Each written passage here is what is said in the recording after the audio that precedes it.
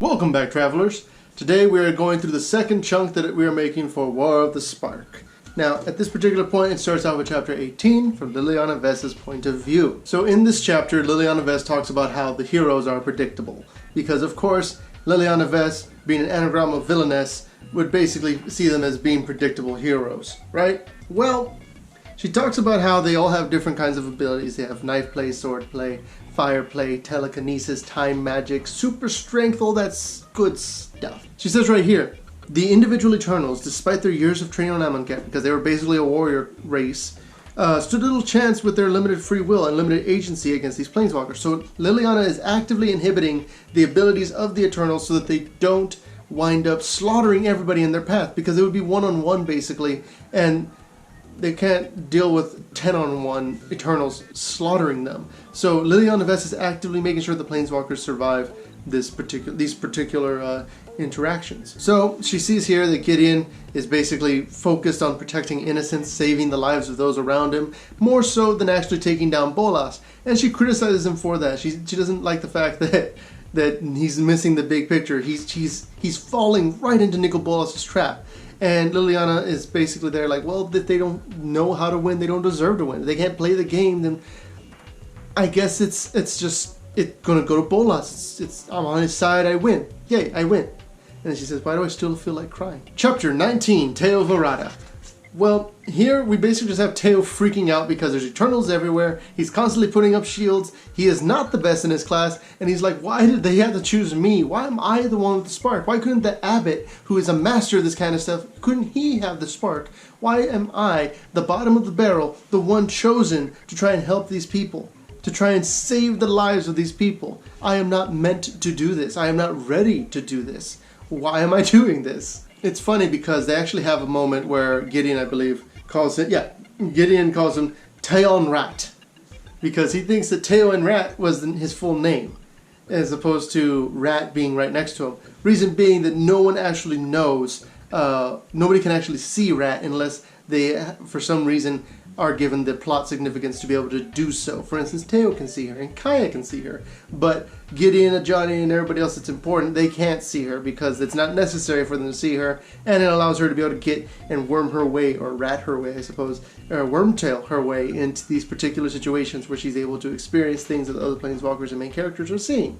So, burst of flames and Angrath, Minotaur Daddy, he just appears and he's like what's happening? Where am I? Why am I? And Eternals start attacking him, and he's like, and takes out a flaming chain and just starts smashing Eternals, like shattering them like they didn't even matter. And he's destroying them. And it's like, it's funny because in the actual set, the War of the Spark set, Angrath gives his creatures menace, because obviously he's a menacing pirate captain, but he also makes army tokens, which is really dumb and doesn't make any sense, and really should not be the case. Because why would he do that? Why would he be on the other side? It doesn't fit his character. But the fact that if he feels like it, he can actually use those chains to kind of like pull something towards him and gain control of it. So that I'm giving him a pass because of that. But here we actually get to see him just demolishing those things. And Jace goes, I think his name's Angrath. And then he points out to others, and there's Kiora and there's Tamio. And there's the girl from Amonkhet. And then Gideon obviously corrects him, Samut. Her name's Samut. So you have all these different characters, and they're running around, they're fighting, and all that stuff. And right here, we actually have Samut. After he talks about Samut, Kiora, and Tamio, there's a fourth woman, and all it says is that she's a Planeswalker. It doesn't really describe her at this point, but because of the fact that he, Ral's like, yeah, she's a Planeswalker. And Karn, being Karn, just basically grabs the goggles that Ral has been wearing, and starts messing with it, and then he passes the ability on to all the other Planeswalkers, so that for the time being they can actually see when a Planeswalker shows up, so they can have an idea of who they are. So that's kind of cool. Just kind of shows how powerful Karn actually is, where he can just take a machine, look at it for a little bit, and then he can turn it into a more organic ability where everyone can have it. And that's some power right there. But they don't really they use him for this little trick, and they don't really talk about him other than that. Later on, they just have him basically crushing skulls with his hands because he's Karn and he's powerful. But it's such a missed opportunity. I'm really hoping that once we get to Phyrexia, we'll get more on that. But anyways, back to this. Chapter 20 is basically just Dak Faden he's like on the ground. He's like, snap! There's Eternals everywhere. He makes a bunch of doppelgangers, and he's able to like get away. That's basically the entire point of this particular chapter. I believe it talks about how he stole. He wasn't a necromancer, but he had once stolen a Hellblazer ring from a vampire, and it's got another thing called the Ring of Jadashi. Jadashi sounds right. Chapter 21, Gideon Jura. Gideon basically is fighting alongside of Johnny. They're tearing through the Eternals like they're nothing because Gideon's got the Black Blade, and the Black Blade's like, kill more things, and Gideon's like, okay. And so Gideon just starts cutting through Eternals, and he's like getting like this bloodlust kind of deal going on, and he's allowing the Black Blade to kind of like lead him through the crowd. And while he's tearing all these guys down, they're talking to a Johnny, and they're like in their car and all that stuff, and they're trying to figure out what's going on. And then suddenly, whoop, another Planeswalker appears in a ghostly green light. It is a female, dark-skinned, short hair, heavily muscled, and armed with a bow Planeswalker. And she aims the bow at both of them, and it's Vivian Reed.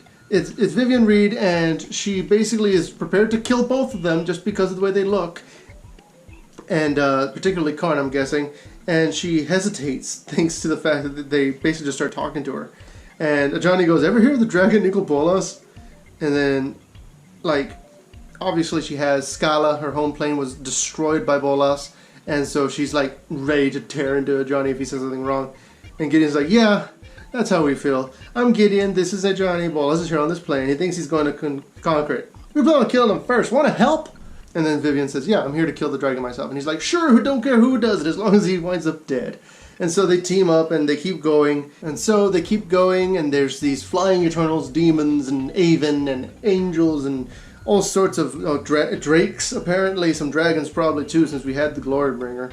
But they all wind up flying overhead, and they're like, oh, snap. And then this massive, epic, flying fortress called the Perhelion II bursts through the clouds, and there's sun shining behind it, even though there's really not much sunlight left, and there's these glorious angels that appear, and they descend upon these monsters, and they just start tearing them up, and it's epic, because it's Boros. So Gideon's got like 600 civilians, 2 goblins, and like a partridge in a pear tree, and he like basically corrals them into a building so that they're safe, and he looks up and he sees all the epic fighting up in there, and he's like, I wish I could do that.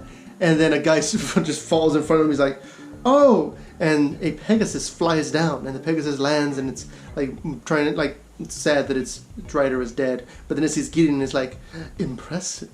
And Gideon gets on top of the Pegasus' back, and he flies back up there with Aurelia, and they start to get to the fight. And it's cool because Gideon's basically like best friends with the Guildmaster of the Boros because he used to work with her. There was a top 8 playmat, I believe, at one of the Grand Prix that had Gideon and Aurelia on it. And they're like, best friends! And so Gideon basically is there, and he's on the Pegasus, and he's like, yeah, let's fight! And Aurelia's like, yeah, you're back, I knew you'd be back. And he goes, by the way, what's the name of this thing I'm writing? And she goes, it's called Gideon's Promise. And it's just a very, like, nice, like, warm welcome amidst the battle, like 2 warriors that are like, they're battle hardened, and they're like, they're siblings in arms kind of deal. And it's great. I loved it. It's just such a cool moment. Chapter 22, Chandra and Alar. So Chandra's here, she's walking around, and she's fighting off all these Eternals. She's got Jaya, I believe, and Lavinia on her side, and the 3 of them are basically going through the streets fighting them off. They wind up in Selesnya territory. They run into a centaur. The centaur's like, get out of here. And Lavinia's ready to like get into a scrap, and Jaya's like, maybe don't antagonize the guy who has a giant spear pointed at your face and also deserves to be here and lives here. Maybe try to be nice to him since we're in the middle of a war zone. Maybe yeah, you should. Lavinia tries to appeal to the Spearmaster, and eventually she says, well, Bond's not even on our, like, he's not a good guy. The Azorius don't like Bond either, so I think we're all on pretty much the same page. While they're there, some flying Eternals start attacking Vitu-Ghazi, which is the name of a giant, basically the world tree. It's this huge tree that the Selesnya, like, they revere it as this magnificent being. And these drakes and other Eternals are, like, attacking it. So Chandra decides, you know what? I'm going to try and help him. And starts shooting fire near the tree, because obviously fire and trees work great together. And so that's happening, and Chaya's like, what are you doing? You're going to burn the tree. And she's like, I'll probably send you a few branches, but as long as, like, we get rid of the bad guys, I think we're good. And Nissa shows up, and Chandra's like, Nisa! And Nisa's like... And Nisa basically just causes the entirety of Vitu-Ghazi to come to life and just starts smacking the monsters out of the sky and starts basically going towards Bolas' citadel. So now they have a giant tree on their side, things are looking pretty good. And so, obviously, because we already have Ral talking about how impressive Gideon looks, and we have Jace and Vraska, we have to get back to Chandra and Nisa, the one true pair. We have here Nisa not replying to Lavinia's greetings, instead looking at Chandra, and Chandra looking at Nisa, and then Nisa looking at Chandra, and then Chandra swallowing, and then Nisa managing an embarrassed smile, and then neither speaks a word, because obviously there's that tension that is going to be there for the entirety of this particular battle.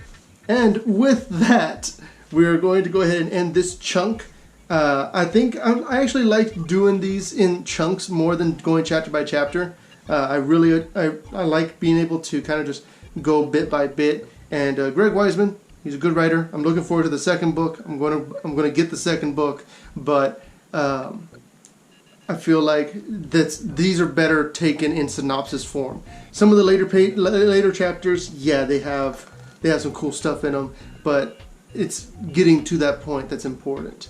And tomorrow you should be hearing about some angry red planeswalkers. So until then, travel well.